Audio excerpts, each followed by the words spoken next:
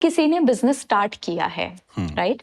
तो शुरुआत में आपको क्या लगता है किस स्टेज पे बिजनेस के किसी इंसान को इनकम टैक्स या जीएसटी के बारे में परवाह करना, टेंशन लेना स्टार्ट करना चाहिए? क्योंकि बिजनेस स्टार्ट करते वक्त 36 चीजें और होती हैं।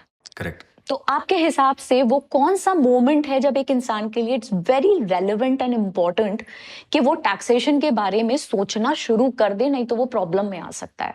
सो बेसिकली अगर हम पॉपुलेशन को दो पार्ट्स में डिवाइड करें, considering the majority being the employees और द बिजनेसेस, तो एम्प्लॉइज के बारे में अगर आप बात करेंगे तो mostly the compliances are upon the employer.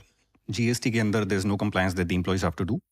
And if you talk about income tax laws, तो उसके अंदर भी it is the employers who are suppose to deduct TDS. Employees को मोस्ट प्रोबेबली कुछ नहीं करना होता other than the return filing process.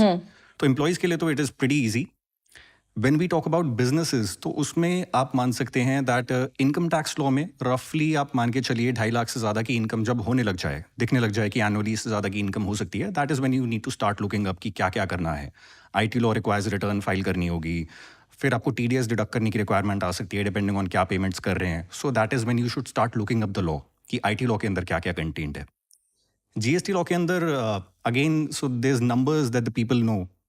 20 lakh की फिगर शायद आपने सुनी होगी। 20 लाख से ज़्यादा का रेवेन्यू आने लग जाता है, that is when you need to explore कि नंबर लेना है 20 नहीं लाख लेना का है। एनुअली?